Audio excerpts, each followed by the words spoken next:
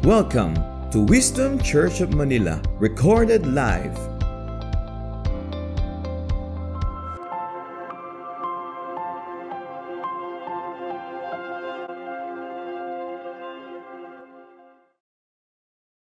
Hi, I'm Jer Buenafe. I'm Aina Buenafe. We are the owners of We Have a Brain.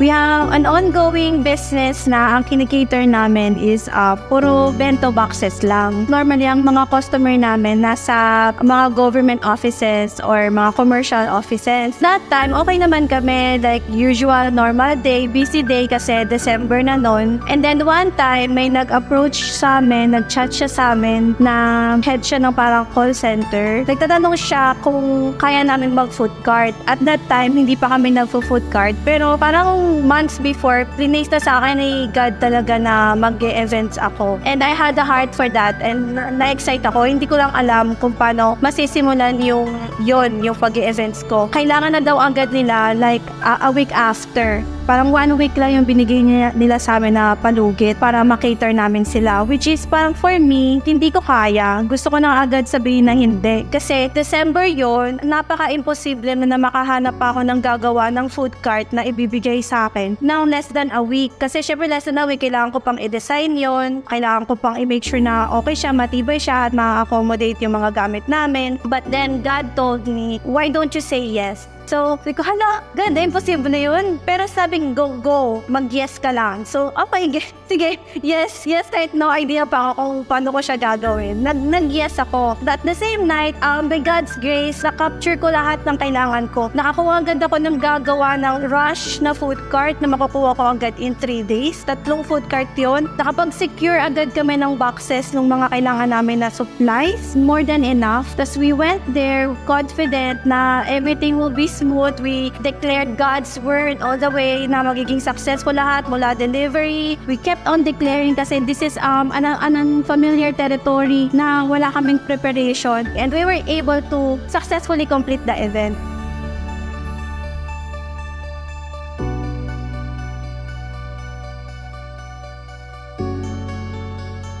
And then after completing the event, a lot of inquiries started coming in. And then we were able to complete like 3 or 4 events pa for December with big companies like SM Prime Holdings, mga China Bank, gano'n. Mga with big companies, 300 packs, 500 packs.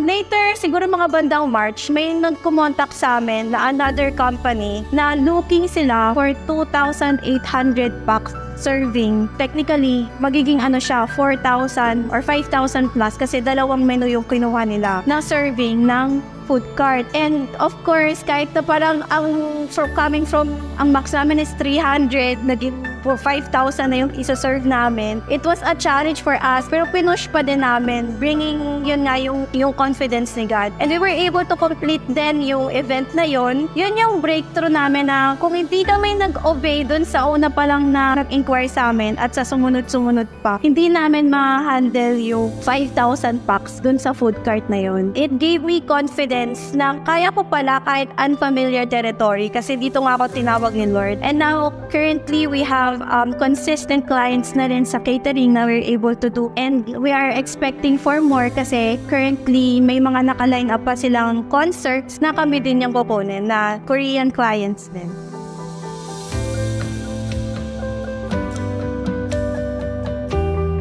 Dahil nag-yes kami, it is already His battle. It is already His fight. Ano ba yung verse na sinasabi na walk by faith, not by sight? Sa ganong verse pa lang, yun lang yung pinangahawakan namin na kahit hindi mo pa nakikita ngayon, pero sa spirit, mind-claim mo na at mind-claim. Kasi opportunities nasa paligid lang eh. Talk with God all the time. Treat Him as if, hindi man as if, kasi totoo naman, katabi mo siya. And He's there. And He wants to speak to you. He wants you to hear Him So yung pakikipag-usap sa Kanya doesn't end with your devotional na 1 hour or 2 hour devotionals. It's actually throughout the day. Na kahit na may busy ka sa work mo, tas may na-encounter kang scenario, kaya mo agad, God, anong gagawin natin? Parang yung consistent communication with the Lord, kasi nga you know His voice. Alam mo na yung instruction, and you can be in that assurance na yung instruction is from God.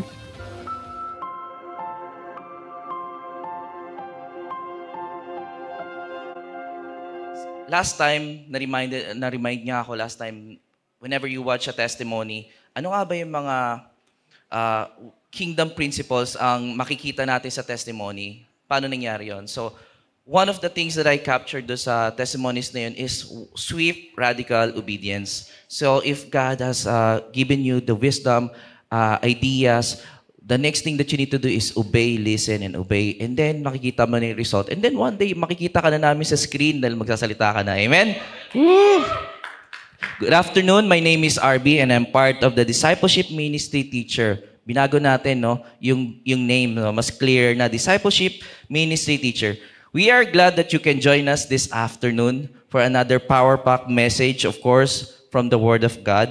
And I would like to say hello sa ating online viewers. I know, nanonood sila Pastora ngayon. Relax muna kayo, kami bahala. I would like to say hello and good afternoon. If you are new here sa church, here in our church, we provide solutions, ideas, and strategy, not necessarily from our pastors or kahit sa amin or anyone here in the stage, but it comes from the uncompromised Word of God. We teach the uncompromised Word of God so that you'll be able to receive ideas, solutions, and strategy from the Lord. And for you to be equipped, empowered, so that you'll be able to live an abundant life. As you come here sa church, as you listen to the Word of God, as you hear the Word of God over and over, sooner or later, a year from now, 2 years from now, your relationship will be better, just like that, finances will be better, your relationship will be better. And because we teach the uncompromised Word of God, the supernaturals and the miracles are also happening in this church. Marami pa tayong testimony na makikita in our YouTube channel. You would see finances, relationship restored, health, breakthroughs. And that is what our church is all about. Amen? Agree?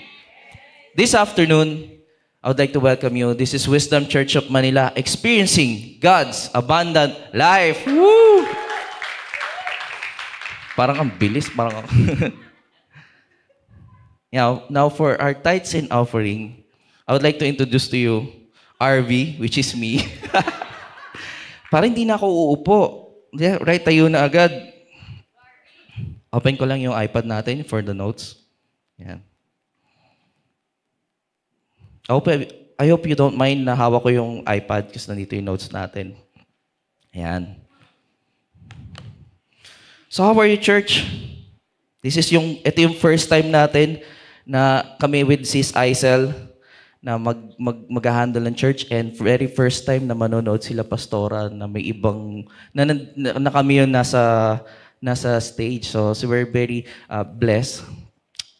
Again, my name is RB, part of Discipleship Ministry Teacher. And I feel like, I feel look good today, no? For some reason. Parang ang dami nag-agree. This is a seat, by the way. I don't usually wear this, but I love you guys. Yan. For our tithes and offering, we have a main verse, and we're going to read our main verse, and then we're going to look at it in a different perspective. We are going to read Hosea, Malachi, and Leviticus. Let's all read. My people are destroyed for the lack of... Wow, nanonood si Pastor Saldi ngayon. Like, yes! Well-trained yung church. Will a man... Next verse. Yan. Will a man rob or defraud God? Yet you rob and defraud me. But you say, in what way do we rob and defraud you? You have withheld your tithes and offering. Next verse.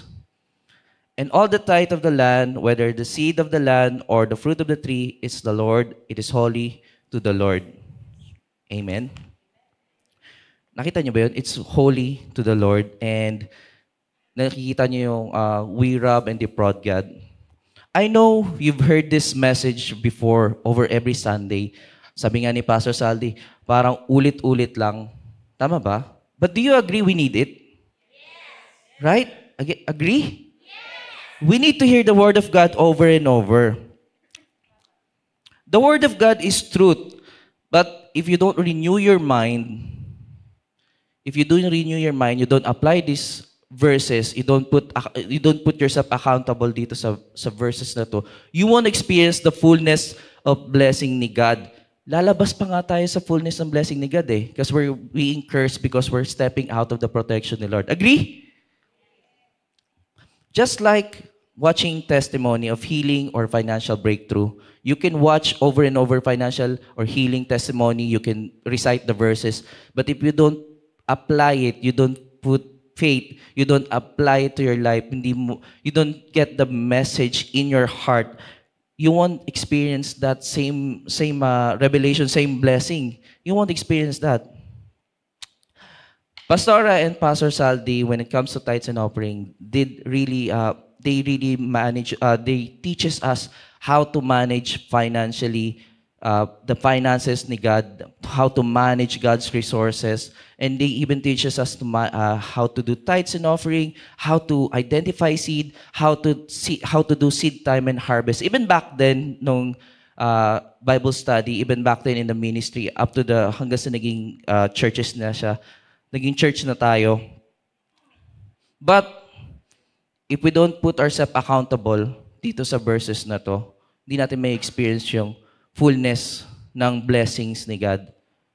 Lalabas tayo, hindi natin may experience yung fullness ng blessings ni God, and nami-mismanage natin.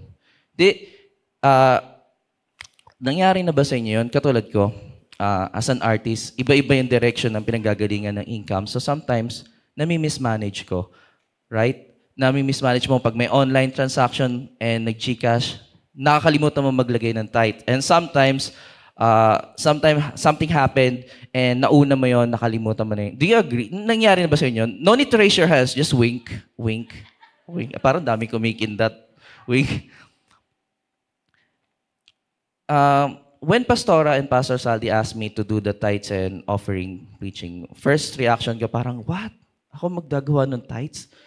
Si Pastor Saldi yun, di ba? Like, di ko nga alam ba't may notes pa siya. Like, kabisado niya yun. I feel like pag natutulog siya, pag gising niya, may people are destroyed for the lack of knowledge. Parang, it's in Him. Right? It's in Him. Agree? So parang, wow. Pero nung kinausap nila ako, magkaroon ako ng understanding. And I was led to really share my personal experience when it comes to tithes and offering. Ayan. That season, there was one time we have a conference with Dr. Nasser Siddiqui. Hello, Doc. I know you're watching. We had a conference with Dr. Nasser Siddiqui, and that time I got convicted by the Holy Spirit. Doc Nasser asked for people to ask for forgiveness and to repent for all the tithes and all the seed that I mismanaged or I didn't give. So that time na-struck ako na parang, oh, that's me ah. So na-feel ko yun that time. So even though I'm wearing wisdom uniform kasi part kami ng ministry. So hindi ako nahiyang bumaba ako na ako din pala yun kung sino yung part ng church. But it happens, right? Nagkakaroon ng disobedience eh. So what we did is I asked for the prayer, and with Dr. Nasser Siddiqui, me and my wife, we talk about this. We ask for forgiveness, we repent.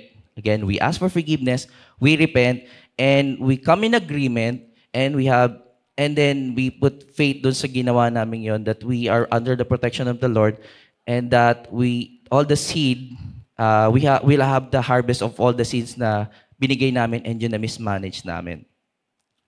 You see, lahat ng natutunan namin kila Pastor Saldi, all the seeds na yon nag-flourish when it comes to learning. That moment, nagkaroon ng realization.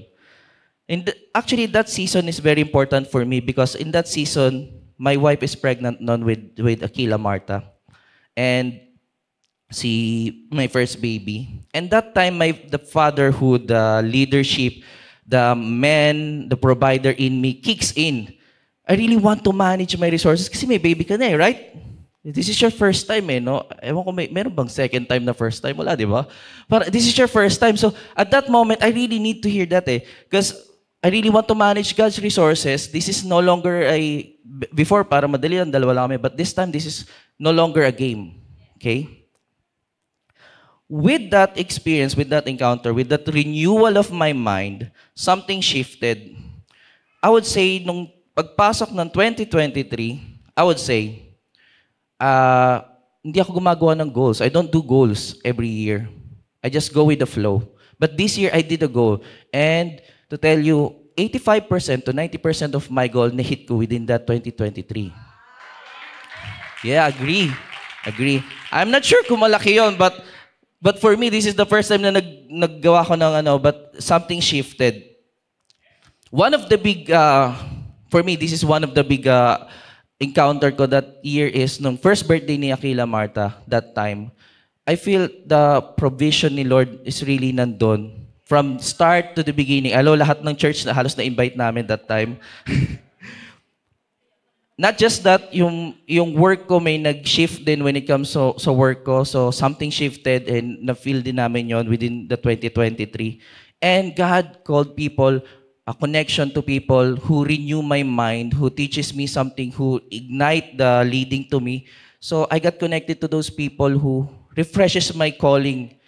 And even some nagput pa ng seed for me to fulfill that calling. Actually, I've been an artist for almost a decade, past decades na. But I've been away sa art industry. Hindi ako nakikita sa art gallery. And that is my calling, is to go back, to really pursue that calling.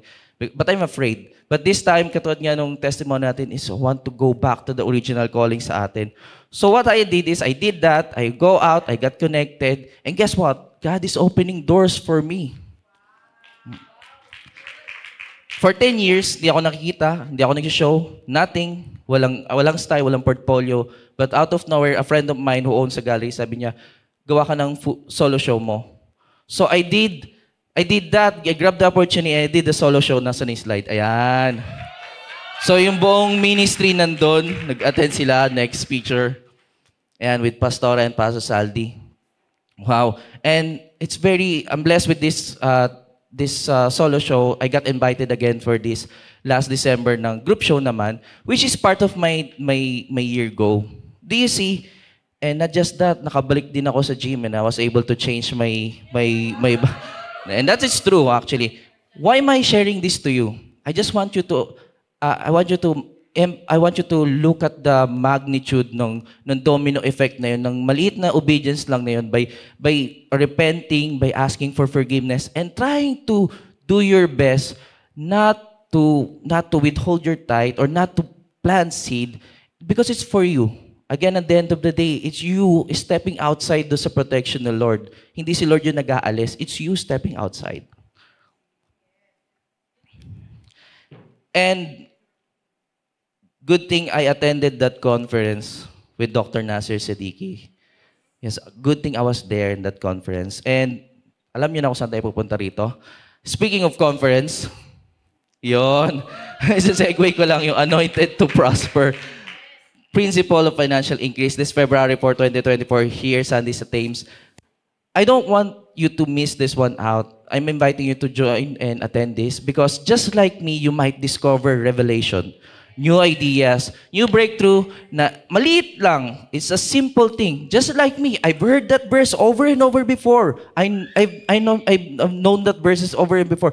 Alam ko yung effect nun sa akin. Alam ko yung disobedience nun pag ginawa ko. But by simply renewing your mind, asking for forgiveness, you would experience an effect sa life nyo. And you would see that.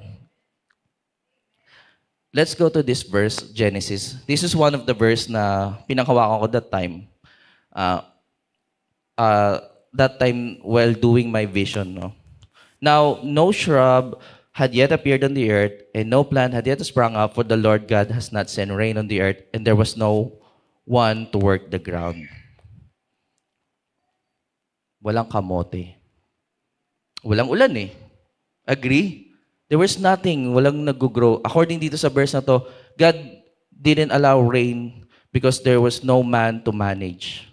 Agree? There was no man, there was no one to work the ground. As a Christian, as a part of a kingdom ni God, We all agree that we need to manage God's resources. Do you agree, guys? Agree?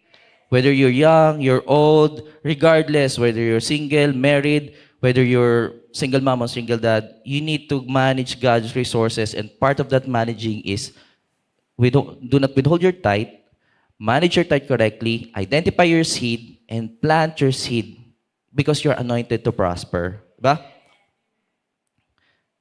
But if you're a man in this house, in this church, if you're a leader, you're a husband, you're a father, or you are the head of the family, I want you to look at this verse differently.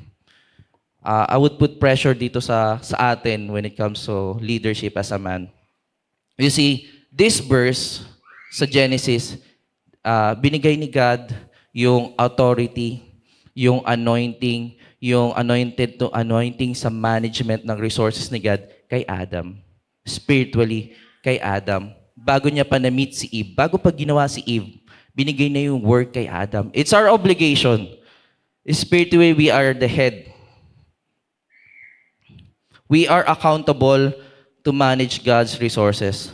And part of that management is to do our tithes and identify our seed and plant our seed. Whatever happens sa family natin, man, listen, whatever happens to our family, whether it's financially or health or relationship, it's on us. It's on us. Agree? May nag-agree ba doon? Do you agree? But it's the truth, diba? Tama naman. Kami ni Jan, si Jan yung nagmamanage ng finances. Gusto ko lang mag-paint, gusto ko lang mag-work, and that's it. But I gave her the authority to manage the finances. At the end of the day, pag may nangyari sa finances, it's on me. Say, man, it's on me. It's on me. Again, say, it's on me. Wow. We need to put ourselves accountable. Because spiritually, we are accountable, di natin malalakasan yun, right? So, our job is to manage God's resources, to lead our family, to teach our kids to manage tithes and plant seed. We need to set an example as a man, as a leader ng house. Hindi tayo pwedeng relax lang. We need to work so God can bless the work of our hands. Hindi tayo pwedeng chill lang maghapon, but we need to work. We need to work with our hands so that God can bless, so that we are managing God's resources. Our job is to manage God's resources, teach our family, manage the tithes and plant seed, teach the kids to manage God's resources, so that God will open the windows of heaven. Kinita niyo ba yung verse? God didn't allow rain. So that God will open the windows of heaven to pour out the rain, the Shamayim. Do you remember the Shamayim?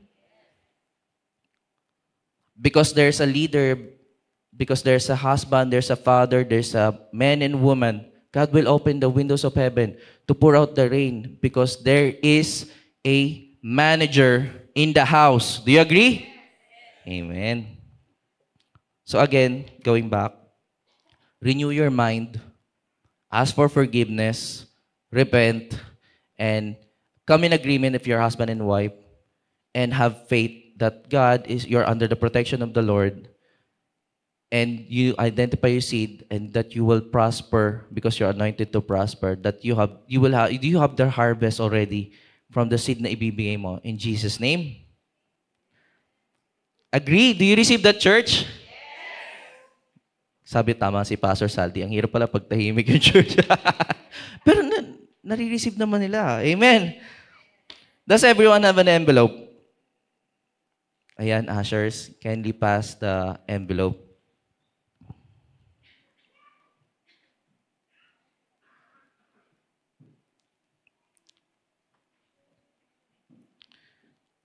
If this is your church, parang lagyan natin ng konting background music para di sayang yung moment natin. Agree? If this is your church, ayan, your tithes will go to this church. It's always 10%. If you're a visitor in this church, your tithe goes to your church where you are fed by the Word of God. But for the offering is different. It's between you and God. The kingdom has a 4-step to receive your harvest. Number 1, write down the harvest that you want from God this year. Be specific. You must identify the harvest. Don't leave it blank. 2, you must pray and listen and ask God, what is the right seed for the harvest? It's between you and God. Don't let the enemy steal the word sa heart nyo, and don't let the enemy steal the harvest. Number 3, obey the leading of the Holy Spirit. And number 4, sow your seed. Whenever pagka nagsasow kayo ng seed, you must believe that you receive it when you pray. Don't just throw it. Parang sa business, when you hand out your calling card, you don't just throw it away doon sa kausap nyo. You give it properly, di ba? Bibigay mo ng 2 hands because it's holy to the Lord. Just like in the verses, it's holy to the Lord.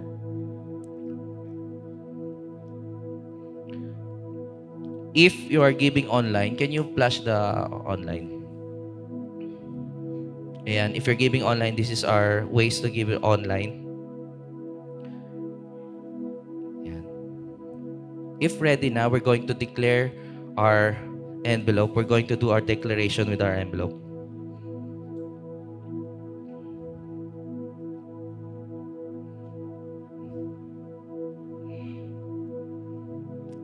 Feeling ko parang parang feeling ko yung tsura ko today, parang aakyat si Mayora dito sa stage. Mas parang kailangan kong protektahan, parang gano'n yung dating. Sige lang. Parang parating na si Mayora. Parang nararamdaman mo ko ba, 250, paakit na si Pastora. Si Mayora. Si Gov. Gov. Pasaldi, ayan Muna yung Pastor Saldi. Excellence. Are you ready, church? Are you done? Okay. Hold your envelope and we're going to make a declaration right now. Hold your envelope. Yan. Let's all pray. Father, I choose to have faith and believe in your word. You said, if I keep the tithe, I'm robbing you. I will never rob you another day of my life, and I expect you to bless me. So today, I bring the tithe of the income you gave me, and I plant my seed offering as a form of worship. And you said, and you all open the windows of heaven and pour out the blessing I do not have room enough to contain. So Lord, I ask you now to water my seed and bring back the harvest, 30, 60, 100 fold. As I believe, so shall I receive. Today, Lord, I'm a child of faith. I believe that I receive when I pray, and I see it with praise and thanksgiving. In Jesus' name we pray. Amen. Usher, kindly pass the basket. Thank you. May na-receive ba kayo today, church? You agree? That moment is a mind-opening yung sa akin yung moment na yun. Especially, I've known the verses over and over, but when I fully grasp the weight and I put myself accountable do sa bagay na yun, I felt the shift sa bagay na yun. And if you are working with the Lord, especially working to fixing yung life mo, yung finances mo, and managing the resources, you will feel doors are opening, connections are opening. So, ang key principle is ask for forgiveness, repent, come in agreement, and have faith. Usher, pag ready na yung basket, I'm going to lay hands. Iyon.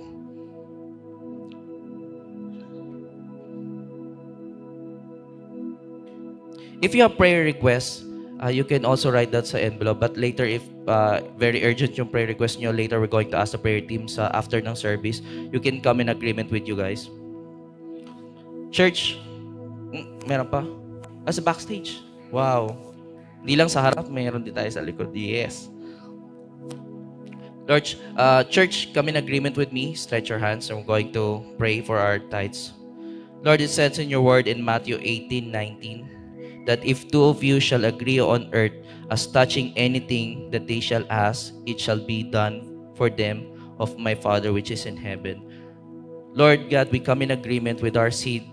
Lord God, we come in agreement with our tithes and offering, Lord, that right now. Lord, we ask for you, humbly ask for you to water our seed, Lord God. And Lord, we speak blessing and we come in agreement with every heart and every desires na nandito right now sa envelope, sa seed, in a seed form, Lord God. We command our heavenly armies and angels to go get the harvest of 30, 60, 100 for return to us right now In the mighty name of Jesus, we pray. Amen. Thank you, sis. How are you today, church? Woo! Ready na ba tayo? Our speaker for this afternoon is also part of the discipleship ministry teacher. Yan. Friends kami nito eh. Ready na ba yung mga Tagalog natin dyan? Ready na ba yung mga... Uy, ang daming fans club sa likod. Nagulat ako dun ah. Ready na ba yung Taglish natin? Please welcome Sister Aisel Reyes. Woo! Amen. Thank you. Thank you, Governor. Okay. Magandang hapon po sa inyong lahat. Magandang hapon sa TFC subscribers natin kay Pastor Racel na nanonood ngayon. Ang Ubi Jam, Pastor Racel, don't forget. Okay, bago po tayo magsimula, pwedeng manalangin muna tayo saglit. Panginoon, maraming salamat sa araw na ito. Salamat, Lord, dahil yung preaching na ito ay appointed time mo. Every revelation that you have shared to me, O Lord, I believe this is your appointed time to release it to your people, to your beloved sons and daughters. I declare and decree na yung, from the start of whatever it is that I'm about to be released hanggang sa pinakadulo ay punong-puno ng oil mo, Panginoong Hesus, na tatama sa lahat ng puso, magiging susi ng sunod-sunod na pagbubukas ng heavenly doors sa aming lahat, on-site and online, in the mighty name of Jesus. Amen and amen. Amen. Tanong ko lang na bago ako mag-start, sino sa inyo dito yung kagaya ko na nag-e-expect that this year, sabay-sabay tayong tutungtong sa land of the breakthrough? Amen. Thank you, Lord. Thank you, Lord. Ang gusto ko lang share sa inyo, no, tong topic na to na sinabi sa akin ni Holy Spirit, ang ikikwento ko sa inyo ay tukol kay Jairus. Malamang yung iba sa inyo, maning-mani na yung storyng ito. But nung na-receive ko tong revelation na to mula sa Panginoon, dito ko nalaman na, dito ko nalaman, wait lang, dito ko nalaman na, tawag dito, story ni Jairus ang share ko, pero si Jesus mismo yung i-highlight ko dito dahil pinakita ng Panginoon kung paano nga ba tayo makakarating successfully sa promised land. Kasama na doon yung keys, paano ba natin malalaman if we are on the verge of our breakthroughs. Parang, ba't ganito yung mic ko? Fail. Sige, yes, Gov. Okay, hello. Ayan. Yan? Okay na ba, bro? Hello. Yan, perfect. Okay, thank you, Gov. Okay, let's start. Let's go to Mark 5:21-23. Verse 21, Jesus got into the boat again and went back to the other side of the lake, where a large crowd gathered around him on the shore. Then a leader of the local synagogue, whose name was Jairus, arrived. When he saw Jesus, he fell at his feet, pleading fervently with him. "My little daughter is dying," he said. "Please come and lay your hands on her, heal her so she can live." Let's go to verse 24. It says, Jesus went with him and all the people followed, crowding around him. Alam niyo ba, sa ibang version itong Mark 5:24, ang nakalagay sa, instead of crowding around him, nakalagay, pressed him on every side. Sa Tagalog version, ang nakalagay, halos maipit si Jairus. The first revelation na gusto kong i-share sa inyo, you will know if you are on the verge of your breakthrough kapag ka pinipilit ka, if the enemy is trying to put pressure on you, kapag ini-squeeze ka na, at halos hindi ka na makahinga, ang taong pressure, hindi makapag-isip ng tama. Ngayon, nung tinanong ko si Holy Spirit dito, bakit kasi simula pa lang ni Jairus, umiksena kaagad ang kaaway? Ang sabi sa akin dito ni Holy Spirit, sa story ni Jairus, yung previous 3 verses na binasa ko, nagkaroon kaagad ng agreement si Jairus kay Jesus. Sa paanong paraan? Una niyang nakita si Jesus. Pangalawa, tawag dito, yung lumuhod siya kay Jesus at inas nga yung help ni Jesus dahil sa mamamatay niya ng anak. So dun pa lang pala, nagkaroon na ng agreement ang ating Panginoong Hesukristo at si Jairus. Kasi the fact na na-recognize ni Jairus that his help comes from the Lord, the maker of heaven and earth, according to Psalm 121 verse 2. Tawag dito, paano ko din nalaman na gusto ko lang explain sa inyo, no, paano, yes, nanghingi ng tulong si Jairus, pero paano ko nasabing nag-agree ang ating Panginoon? The fact na si Jesus ay sumama sa kanya. Ngayon, tinanong ko si Jesus na, bakit sinamahan niya agad-agad si Jairus? Nilead niya ako sa top 3 verses na mag-e-explain bakit ganun ang action kaagad ni Jesus.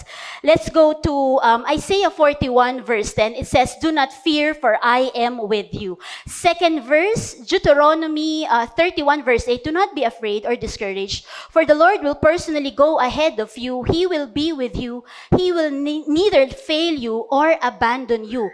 Kung mapapansin nyo, paulit-ulit sa Bible, palaging sinasabi ng Panginoon, sasamahan kita. Pero tong sa Isaiah 7 verse 14, nakalagay dito, tawag dito, "She will give birth to a son and you will call him Emmanuel," which means God is with us. So kaya pala sinamahan ng ating Panginoon si Jairus, hindi pwedeng hindi gawin yun ng Panginoon dahil yun ang karakter ng ating Panginoon.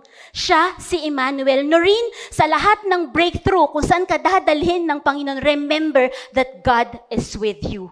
Yun ang isa sa unang-unang keys na pwede nating panghawakan. Paano tayo successfully makakaland sa breakthrough?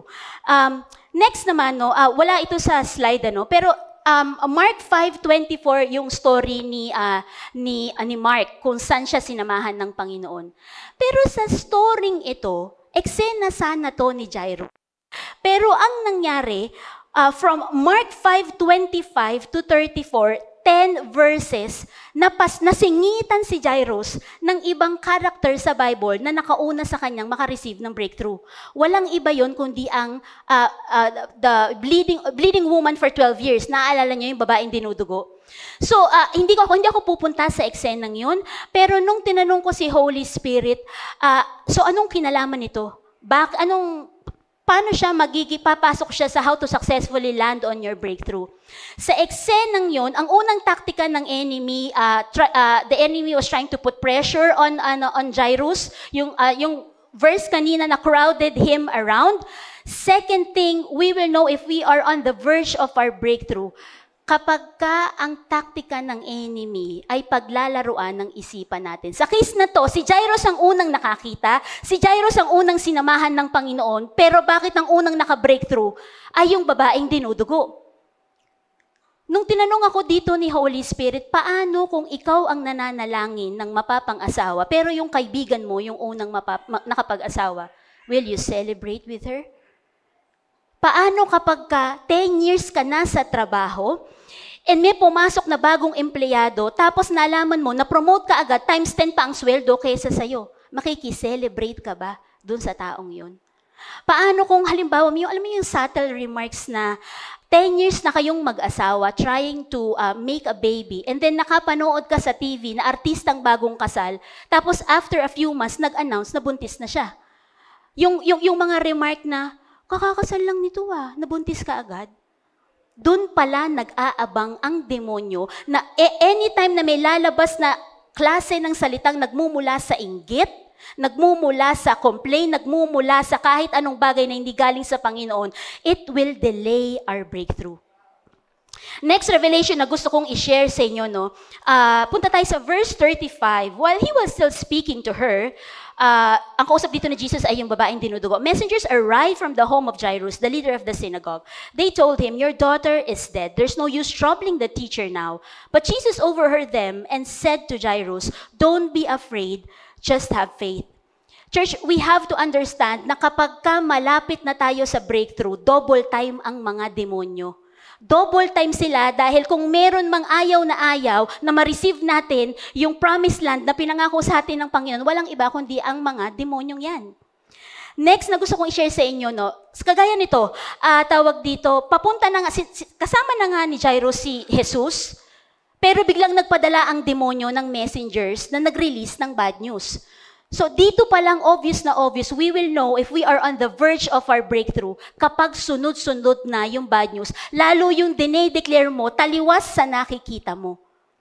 But the good news is, ang ginagawa ng enemy kasi dito, they were trying to kill Jairus' expectation. May bad news, pero nalimutan ng kaaway na ang kasama ni Jairus ay ang Diyos na nagbibigay good news. ang ginagawa dito ng enemy, they were trying to release the atmosphere of doubt and fear kay Jairus. Pero ang kasama ni Jairus, Emmanuel, who was with him back then, ay nagre-release ng light, ng faith, dahil ang kasama ni Jairus is the God of light and the God of life. Agree? Thank you. Dito sa case na to, no, nagsalita yung mga messengers kay Jairus ng negatibo. Ba't mo istorbohin si Jesus, patay na yung anak mo. Ang ginawa ni Jesus, nagsalita ng kabaliktaran doon sa ni-release ng, ni-release nung messenger. Ang ginawa ni Jesus dito, since He is the God of truth, since He is Emmanuel, ang una niyang ginawa, pansinin niyo to sa, He was still speaking, kung gaano naging alerto yung spiritual na tenga ng ating Panginoong Hesukristo. Sobrang alerto niya na ang kausap pa niya kasi, yung babaeng dinudugo. And yet, kahit wala naman sa mata niya si Jairus, narinig niya at kinomfort niya si Jairus through that kind of statement, don't be afraid, just have faith. Ang bilis na catch ng ating Panginoon lahat ng lies ng kaaway. Second truth na nirelease dito ng Panginoon at tinulungan si Jairus, alam nating lahat na ang pangako ni Lord ay yes and amen. The God of yes and amen, nung back then, ay nasa tabi ni Jairus. Third point, wala ito sa PowerPoint, nakalagay sa Bible, even if it's dark, it is light to Him. So maaring declare tayo ng declare, ginagawa natin yung nirelease ni Pastora na beyond boundaries, pero hindi pa rin nangyayari yung breakthrough natin. The good news is, since God is the God of light, Emmanuel, who is with us, anumang madilim sa buhay natin, ay kayang-kayang magliwanag dahil sa Panginoon, ang nakikita niya ay hindi problema. Ang nakita niya ay hindi patay ang anak ni Jairus, kundi buhay. Agree? Okay. Isa pang point na gusto kong i-share sa inyo, no? Nung tinanong ko dito sa ang Panginoong Hesukristo, bakit ang kinausap niya ay si Jairus? Hindi yung messengers na nag-release ng bad news. Ang revelation na nakuha ko kay Holy Spirit, ang sabi niya, ang unang-unang dapat ma-convince, yung taong pinangakuan niya ng breakthrough. Kaya si Jairus ang kinausap niya.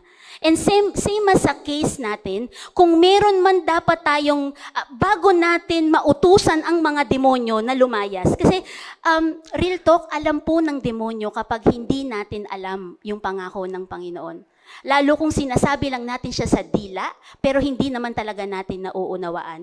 Anong pinagsasabi ko? May example sa Bible na yung mga lalaki na ginaya si Apostle Paul na nagpapalayas ng demonyo. Ginaya nila, sinabi nila doon sa lalaking na-possess, sinabi na lumayas ka sa pangalan ni Jesus. Ang sagot sa kanya ng demonyo, kilala ko si Jesus, kilala ko si Paul, pero sino ka?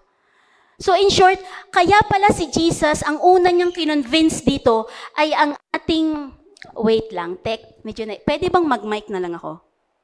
Saan ba yung mic? Hello? Sige, wag na nga lang. Okay. Going back, ang unang-unang kinonvince dito ng Panginoon, same as sa case natin, since meron na tayong Holy Spirit, kapag anytime na meron tayong nakikita na sitwasyon, halimbawa, for example dineclare ko bago ko umalis ng bahay, I declare na wala akong traffic na dadaanan. Pero paglabas ko ng bahay, may traffic. So ang tanong, paanong gagawin ko niyan? Iiyak na ba ako? Uuwi na ba ako dahil traffic nga na nasa harapan ko? Hindi ako uuwi ulit at magngangawa dahil dahil Emmanuel is with me. Jesus is with me. Same as sa kanya-kanyang story natin sa buhay. Next naman na gusto kong i-share sa inyo, no? Ano ba yung keys? Paano talaga na tayo makakaland sa land of the breakthrough?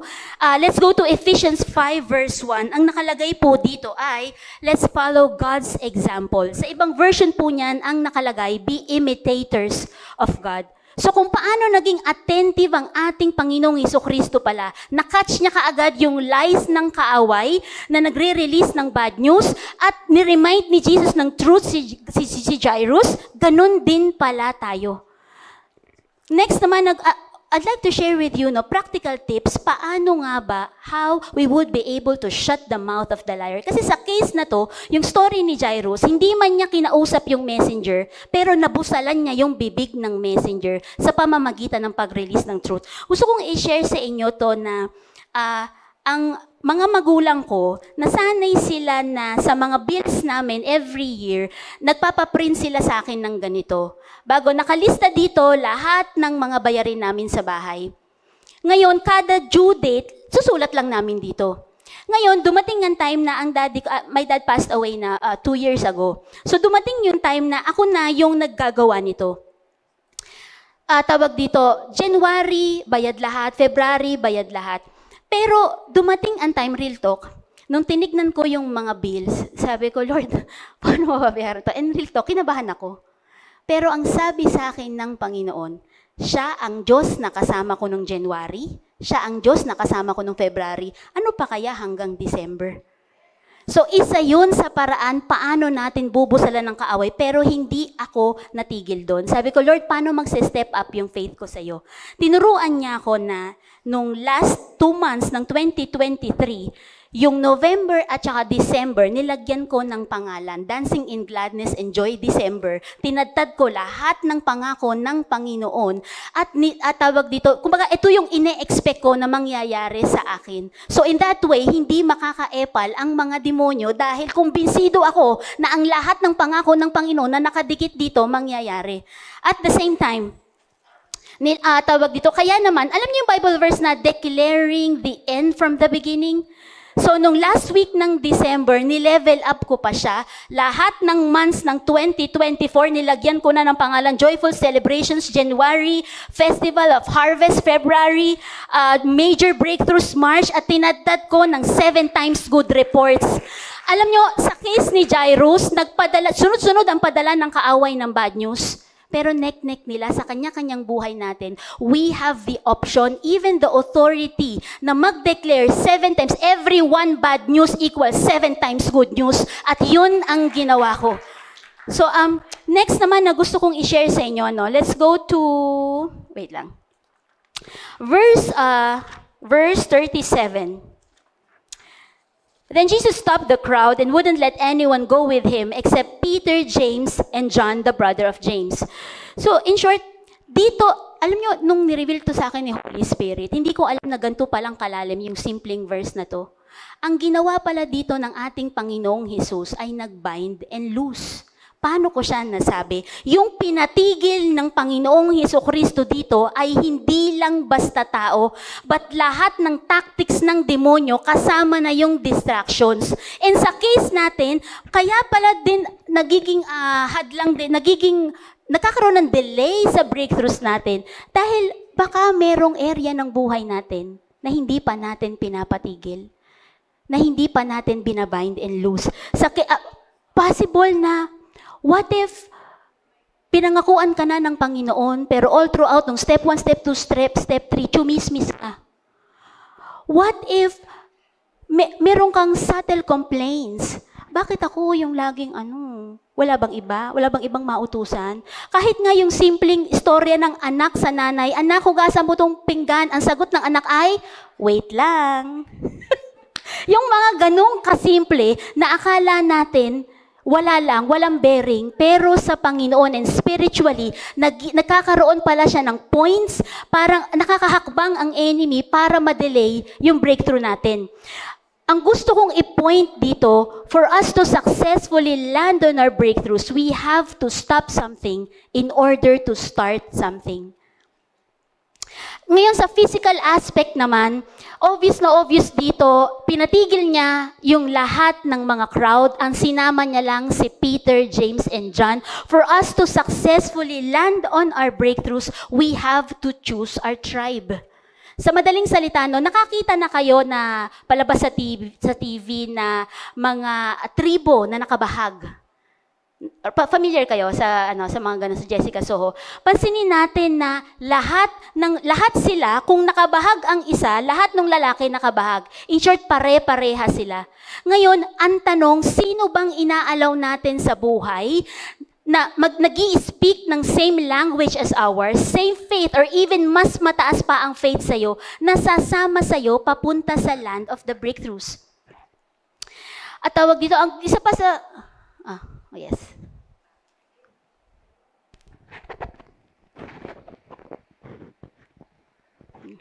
Hello. Ayan.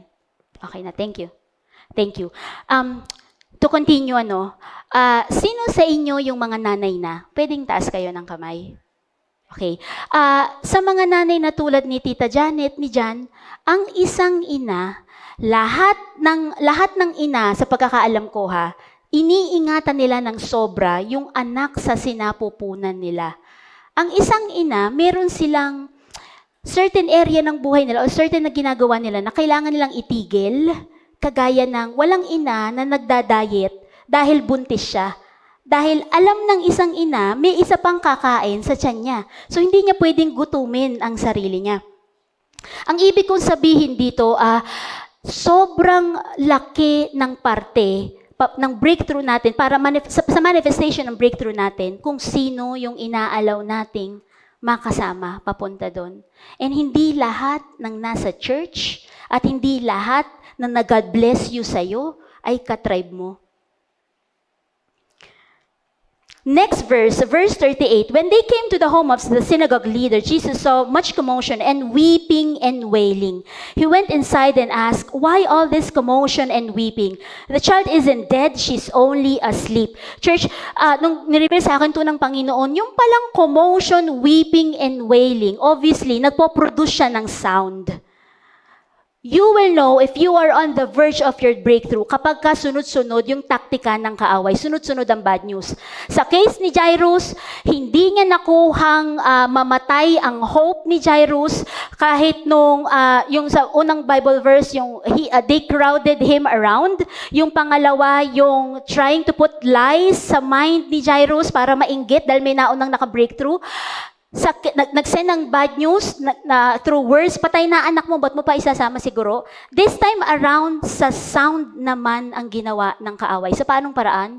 They released sound of discouragement through commotion, weeping, and wailing. Pero ang galing ng Panginoon dito, kada hakbang ng demonyo, mas malaki ang hakbang ng ating Panginoong Jesucristo. Paano ko nasabi? Iba ang sinagot niya doon sa pinapalabas na sound ng kaaway. Another revelation na gusto kong i-share sa inyo ay, anong tawag dito? Commotion, weeping, and wailing ay hindi lang basta emotions, yan ay demonic spirit na dapat nating makatch at palayasin. Anong tawag? Isa pa sa revelation na gusto kong i-share sa inyo, kung ang enemy nagpo-produce ng sound, ang sabi sa akin dito ni Holy Spirit, hindi lang siya may kinalaman sa, ano bang pinapanood mo sa YouTube? Si Kong TV ba? O sino pa bang sikat na vloggers dyan ang pinapanood mo? Hindi lang pala siya doon. Pero maging sa, nabibigyan pala natin ang boses ng kaaway every time nire-rehearse natin yung maling ginawa ng kapwa natin, sa paanong paraan siya mare-release kapag kinuwento mo siya sa iba. And may times din, gusto kong i-share sa inyo itong personal na nangyari sa akin. Maraming beses, simpleng kausap ko lang si Esther. Tapos, may gusto talaga ako itanong sa kanya. Gusto ko lang itanong. Tapos, ang sasabihin sa akin ni Holy Spirit, wag mo nang itanong, iba ang isasagot niya. So, hindi ako nakinig, tinanong ko pa rin. Ang ending, kaya pala ako winarningan ni Holy Spirit dahil yung isasagot ng kapwa ko ay nagmumula sa offense and bitterness. So, ngayon, ang nakalagay sa Bible, wag na wag kang magiging dahilan ng pagkakasala ng iba. So, ito personal na nangyari sa akin. Ang ending, nagkasala tuloy yung kausap ko dahil yung lumabas sa bibig niya, punong-puno ng galit. Kaya pala ako sinabihan ng Panginoon na wag mo nang tanungin yan. So kahit pala dun sa mga simpleng tanong natin, kailangan din pala itatanong natin kay Holy Spirit kung dapat ko bang itanong to o wag na. Para hindi tayo maging dahilan ng pagkakasala ng iba. Ang pinopoint out dito ni Holy Spirit, we have to aim to be the mouthpiece of God and God alone. At wag natin palang hindi dapat pala tayo maging lapel mic ng kaaway. And wala ako sa harapan yun na parang nagdudunong-dunungan ako. Maraming beses akong nagkamali dito. Next verse, let's go to next verse. Verse 40, nakalagay dito, the crowd laughed at him, but he made them all leave. And he took the girl's father and mother and his 3 disciples into the room where the girl was lying. Pagtawanan ka man ng lahat dahil sobrang imposible yung pinaniniwalaan mo. Again, the key to our breakthrough is to remember that Emmanuel is with us. Kung meron mang unang-una at huling mag-a-agree sa'yo at tatabi sa'yo at i-encourage ka, walang iba kundi ang ating Panginoon yun. God the Father, si Jesus and the Holy Spirit, kasama yung sandamakmak niyang mga anghel. Next naman na gusto kong i-share sa inyo, how to successfully land on our breakthrough sa spiritual na side. Sa case na ito, kung kanina nag-bind and loose ang ating Panginoon sa verse na He stopped the crowd, this time around, binirake niya lahat ng lies ng kaaway. Magkaiba po ang binding and breaking. Sa case na ito, pinalayas niya lahat. Sa spiritual na side, yung pinalayas ng Panginoon ay hindi lang mga tao, but every demonic spirit, kasama na po doon ang spirit, harassing spirit, spirit of sabotage, tawag dito, kasama na rin dyan yung spirit of mockery. Ang taong laging pinagtatawanan yung kapwa, alam mo na kung ano yung demonic spirit na nasa kanya. And ang kaaway natin, hindi yung tao, but yung demonyong nag-i-influence doon sa tao. Sa case na ito, ang ginawa ng ating Panginoong Hesukristo, He kicked the devil out of Jairus' life, and binirake niya yung assignments ng kaaway.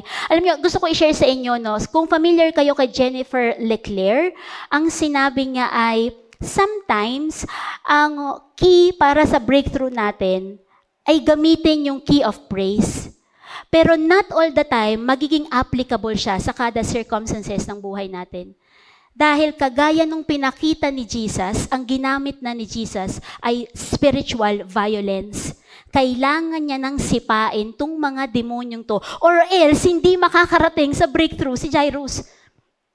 Next na gusto kong i-share sa inyo, yung sinama dito ni Jesus ay si Peter, James, and John. Ang tinutukoy ng Panginoon dito ay law of association. May kasabihan tayo dito sa mundo, tell me who your friends are and I'll tell you who you are. So kung ang mga kasama mo ay adik, ano sa tingin mo yung magiging impression ng ibang tao? Kung ang kasama mo, mga barkada mo, mahilig mang babae, tapos sasabihin mo, nagba-Bible study ka sa loob ng club, sino maniniwala? Diba? Again, lahat ng naririnig natin, hindi lang maaari, posibleng makaapekto sa spiritual life natin.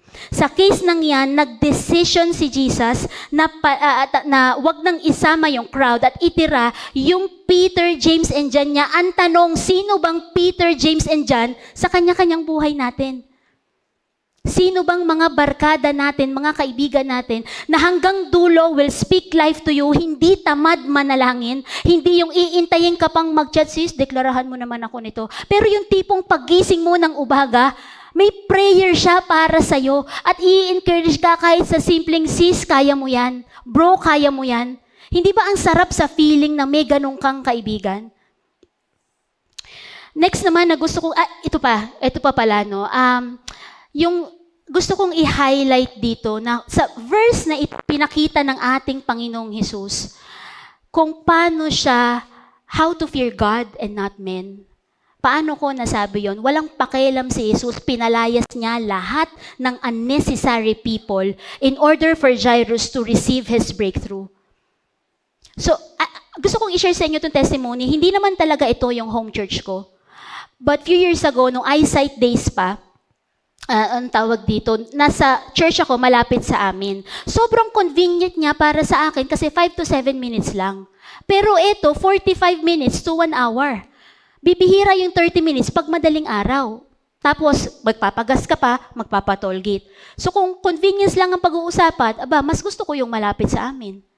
Pero nung sinabi ng Panginoong Hesukristo sa akin na kailangan ko nang lumipat ng Wisdom Church dahil tapos na yung season ko dun sa previous church, Tinanong ko siya kung kailan, nag-bargain pa ako sa kanya, Lord, pwede ba sa Lunes ko na lang kausapin yung senior pastor ko? Ang sagot sa akin ni Holy Spirit, anong pinagkaiba ng Lunes kaysa sa Biyernes? Sabi ko, sige na, susundin na nga kita. So ang ginawa ko noon, chinat ko kaagad yung head pastor namin and agad ni-release ako ng pastor namin. Alam niyo, ang naintindihan ko dito, kung ako ay naging pasaway sa Panginoon at umarte-arte pa, wala po ako sa harapan niyo ngayon na nagpipreach ng gospel. So, ang natutunan ko dito, in order for us to receive our breakthrough, successfully receive our breakthrough, wala tayong pakialam kung ano yung sasabihin ng ibang tao.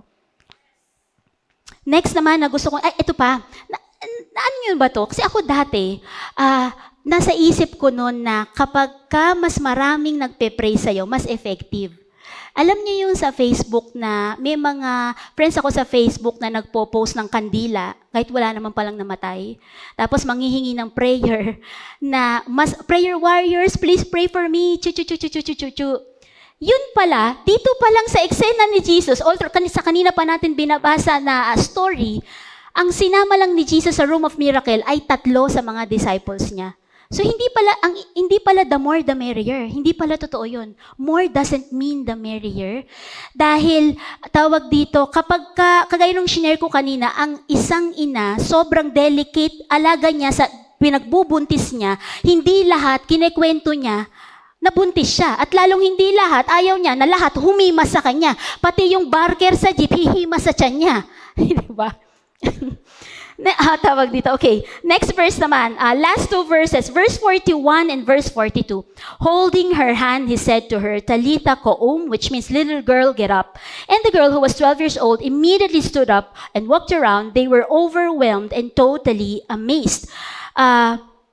Last 2 verses ba to? Ayaw nga pala. Okay. Gusto kong i-share sa inyo, yung kung mapapansin nyo, tanungin ko kayo, church, anong body parts yung ginamit dito ng Panginoon? Kamay and bibig. Dito ko naintindihan na kapag pala nagpe-pray tayo, if we want our prayers to be answered, hindi lang puro dila. Pero kailangan ding gamitin yung kamay. Napakadaming dito, Bible verses sa Biblia na may kinalaman sa laying of hands. Example, you will lay hands on the sick and they will be healed. Sa case na to, gusto kong i-share sa inyo, sa last 2 verses na to, ang key para sa manifestation ng breakthrough natin is through the work of our hands and the work of our mouth. Lahat ay babangon, lahat ay gigising, lahat ay maglalakad dahil ang Diyos ng immediately, ng suddenly, ng instantly ay nagsasalita para sa atin. Isa pang gusto kong i-share sa inyo na may kinalaman dito. Ano bang practical tips? Paano mo ilelay hands yung breakthrough mo at paano ka magre-release ng prophecies o na magde-declare? Gusto kong i-share sa inyo yung, ito pala, si Pastora, lagi niyang tinuturo yung vision board.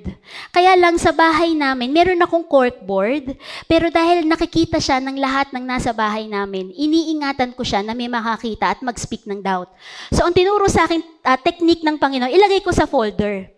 So, hindi na siya vision board, vision folder dapat, pero vision board pa rin nilagay ko. So, anong laman nito? Nilagay ko dito, ang title ay My Multiple Streams of Income in Worldwide Currencies.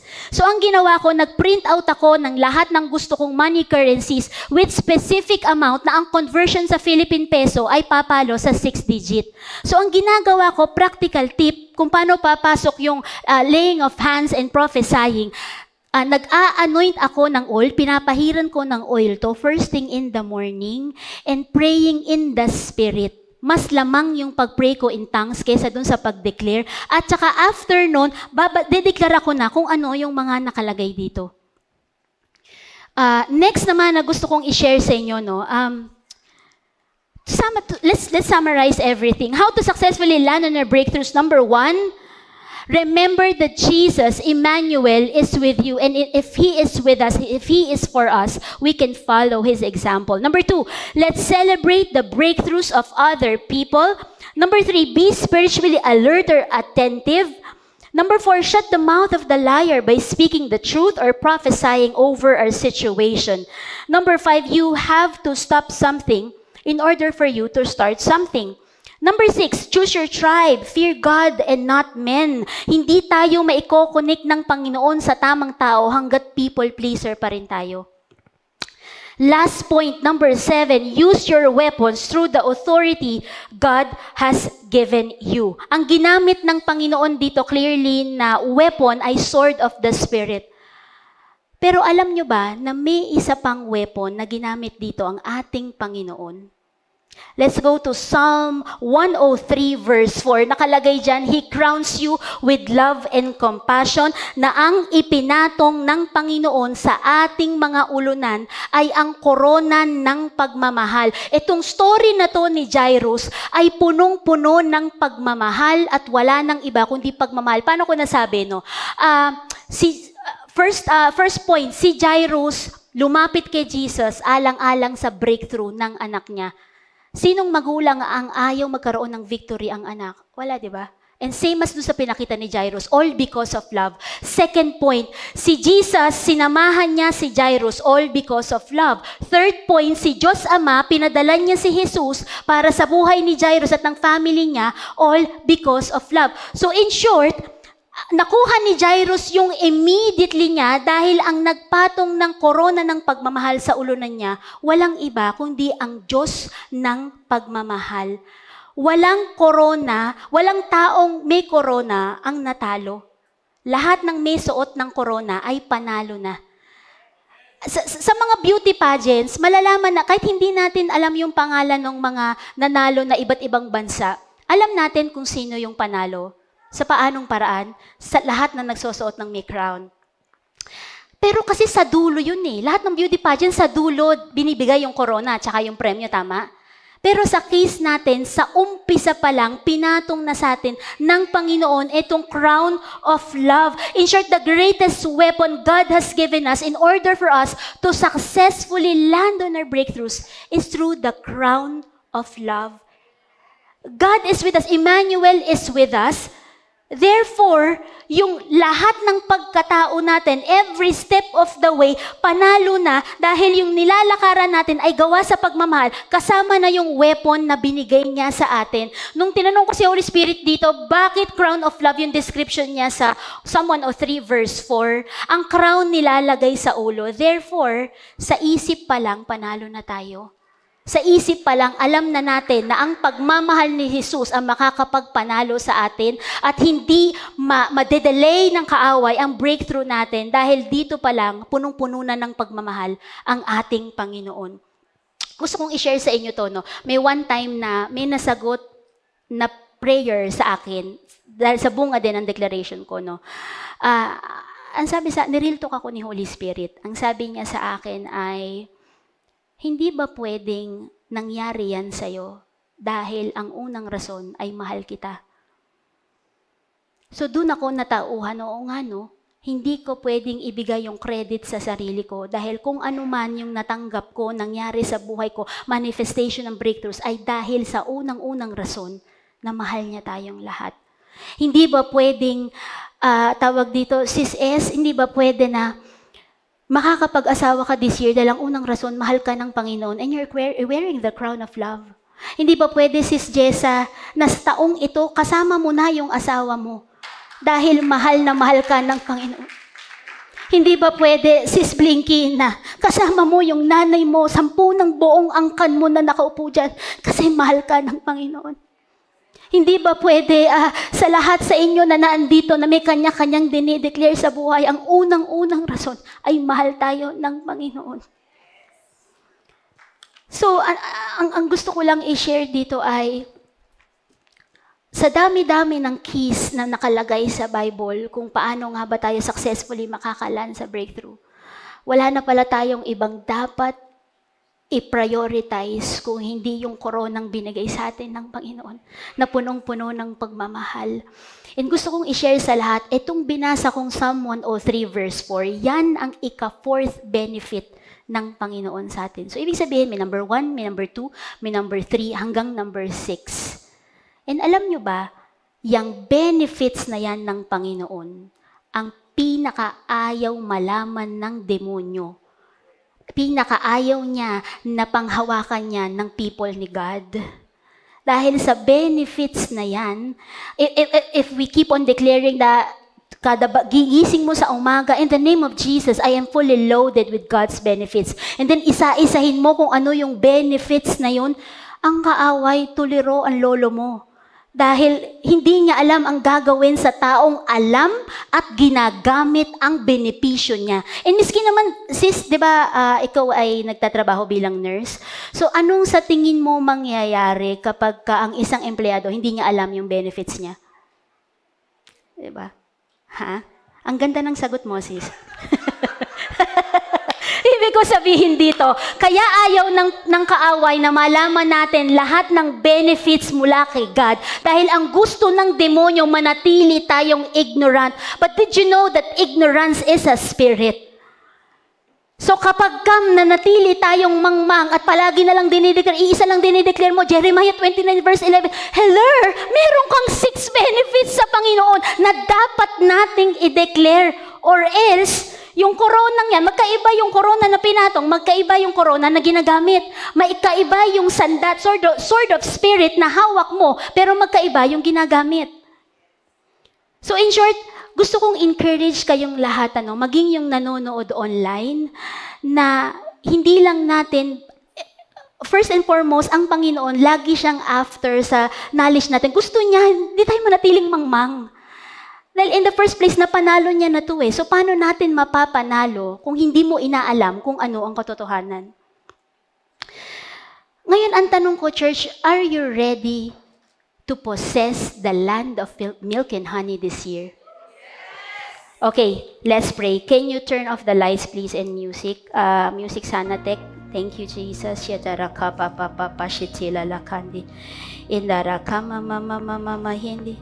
Can we all pray in the spirit first? Shatila rakandi diriya papa papa papa hindi. Indaraka mama mama mama hindi. Shitala rarara diriya mama mama mama hindi. Indarara diriya mama mama hindi. Eya la ra ra ra ra re re re re re re ya mama mama mama mama yendi. Shita la ra ra ra re re re re ya mama mama mama mama yendi. Eya la ra ra ra re re re re re ya mama mama mama mama yendi. Shita la ra ra re re re re ya la ra ya mama mama mama yendi. Thank you, Jesus, sa pagmamahal mo, Panginoon. Salamat, Lord, dahil tong cross na to nagsisimbolize na hindi lang to basta nakatayo, pero ipinatong mo sa ulunan namin, Panginoon. Maraming salamat, Lord, na dahil sa pagmamahal mo, kahit anong hakbang ng enemy, mas malaki ang hakbang namin kesa sa kanila. Dahil yung mga paa namin ay paa mo na, Panginoong Jesus. Maraming salamat, Lord, na ang bawat path na dinadaanan namin ay hindi na crooked pero straight na in the mighty name of Jesus Christ. Maraming salamat, Panginoon, dahil sa anumang na-receive namin last year at anumang marireceive this year, yun ay dahil sa mahal mo kami, period. Magbubuntis ang dapat mabuntis this year dahil sa mahal mo sila, Lord. Ikakasal ang dapat ikasal dahil mahal mo kami, Lord. Magkakatrabaho yung dapat magkatrabaho kasi mahal mo kami, Lord. Kikita yung mga kaibigan ko na nasa trading business dahil mahal mo sila, Panginoong Jesucristo. Maraming salamat, Lord, na dahil sa pagmamahal mo, mahal mo kami, pero mahal mo rin ang bawat membro ng pamilya namin. Kaya naman ngayon pala nagpapasalamat ako, Lord, dahil sa pagmamahal mo, ang bawat bakanting mga upuan iyan ay hindi mananatiling bakante dahil ang uupo dyan ay ang bawat relatives, bawat clan naming lahat in the mighty name of Jesus Christ. Oh Lord, I ask for your forgiveness. We ask for your forgiveness. Oo, nangako ka, Lord. Pero ayaw mo naman na nangako ka sa amin, tas uupo lang kami at iintayin ka namin kumilos. So in short, Lord, we ask for your forgiveness sa mga times na naging petix mode kami. Sa mga times na naging complacent kami, sa mga times na naging tamad kami, sa mga times na naging chismoso kami, sa mga times na inuna naming mainggit sa mga taong naunang makabreakthrough sa amin, sa mga times na unknowingly siniraan pala namin yung kapatid namin sa iyo, Lord. Humihingi kami ng tawad sa iyo, Lord. At sa mga times na binaby namin ng gusto lahat ng hurtful experiences namin, Lord, we ask for your forgiveness. Shitara, can we all speak again in the spirit? Hararakama shitala kandirereya papa yende. Hindarakama mashitela la hara hande. Hindarakama mashitela la kandirereya papa yende. Hila la kara hara hande rereya mama yende. Shitala rararereya mama yende. Shitala rararereya mama yende. In the mighty name of Jesus Christ, in behalf of the whole congregation na nandito on-site and online, I break every demonic tactics ng slumber spirit. The spirit of fear, get out in the mighty name of Jesus Christ. Spirit of doubt, I break all your assignments in Jesus' name. I declare, I command, I curse you, I break you, I kick you out of our lives, yung spirit behind indecisiveness in Jesus' name. Every spirit of delay, I kick you out in Jesus' name. Shitarakama mama, every mocking spirit, lahat ng mga demonyong to na mahilig magtawa sa amin, binubusalan ko ang bibig nyo sa pamamagitan ng dugo ni Jesus. You can no longer laugh at us. Instead, kami ang hahalakak sa'yo in the mighty name of Jesus Christ. I come against and I break all the assignments of hindering spirit, spirit of sabotage, monitoring spirit, spirit of confusion. Every witchcraft attack must stop now in the body of Christ in the mighty name of Jesus Christ. I break every false prophecies na nagdala ng false hope sa mga kapatid ko sa Panginoon in the mighty name of Jesus Christ. I break the assignment of spirit of jealousy, spirit of pride, mammon spirit, self-pity in Jesus' name. Spirit behind isolation in the mighty name of Jesus Christ. Spirit behind depression in Jesus' name. I break every demonic winds, demonic suddenlies, demonic connections, demonic dreams. I break disappointments, frustrations, hopelessness. I break demonic words o mga labels na dinikit sa inyo ng mga kaaway. Oh Lord, I ask you right now, ibuhos mo ang oil mo sa bawat paa ng mga kapatid ko sa iyo here in the auditorium and every person listening right now sa YouTube ng Wisdom Church of Manila. In Jesus' name, I prophesy, hindi lang tayo hahakbang ng isa, but I declare and decree this year in the first quarter of 2024, lahat tayo ay hahakbang 100 times papunta sa land of the breakthrough in the mighty name of Jesus Christ.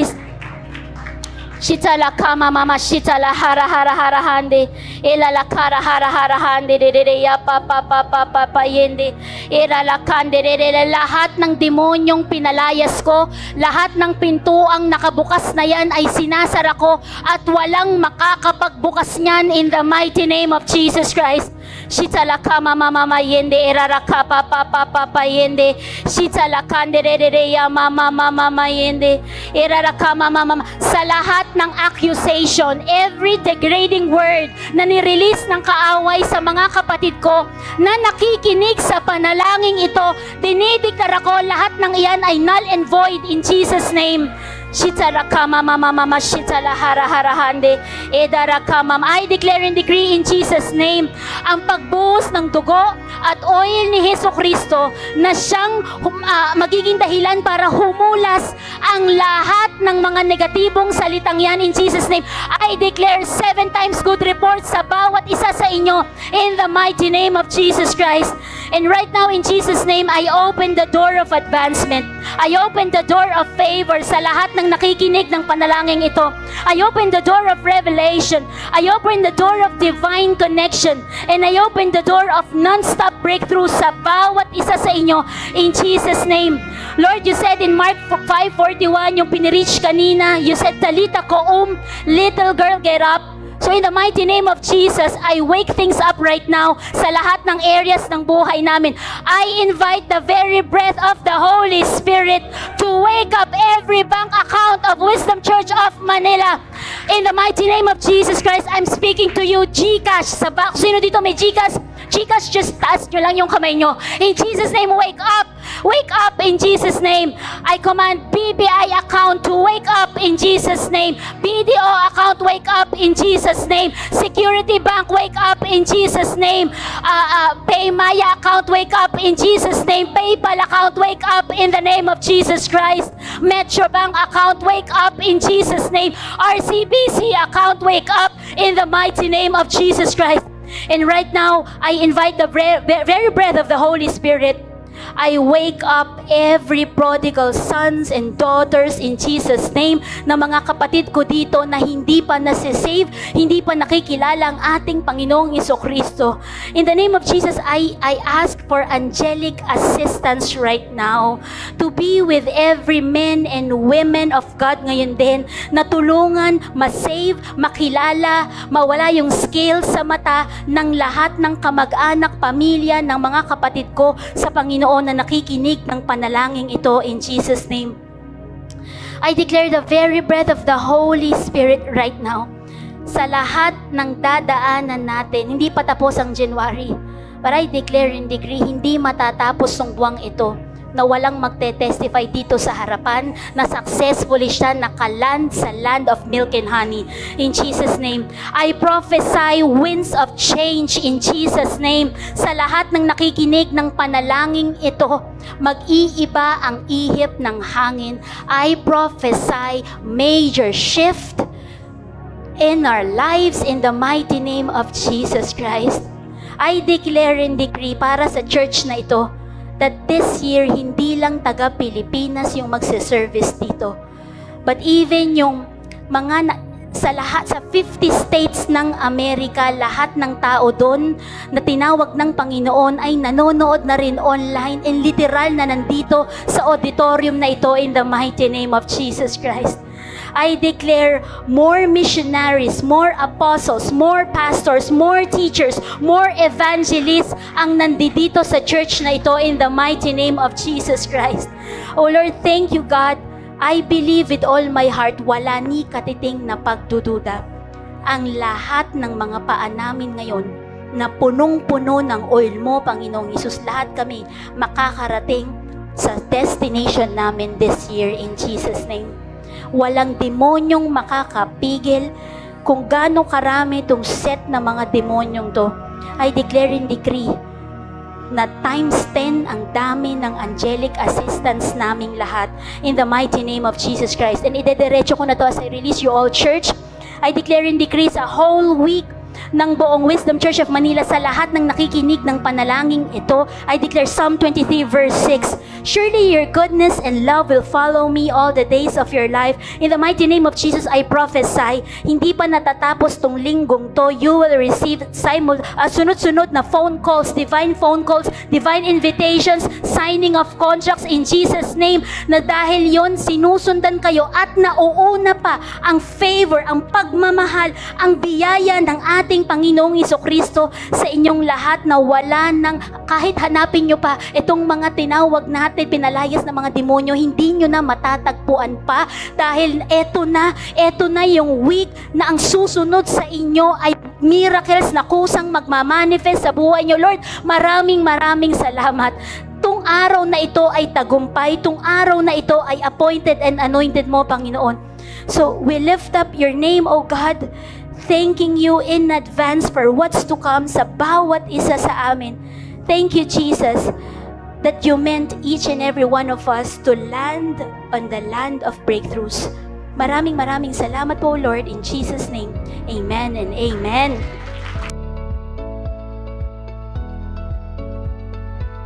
For more of Wisdom Church of Manila's preachings, you can visit our website at wisdomchurchofmanila.org.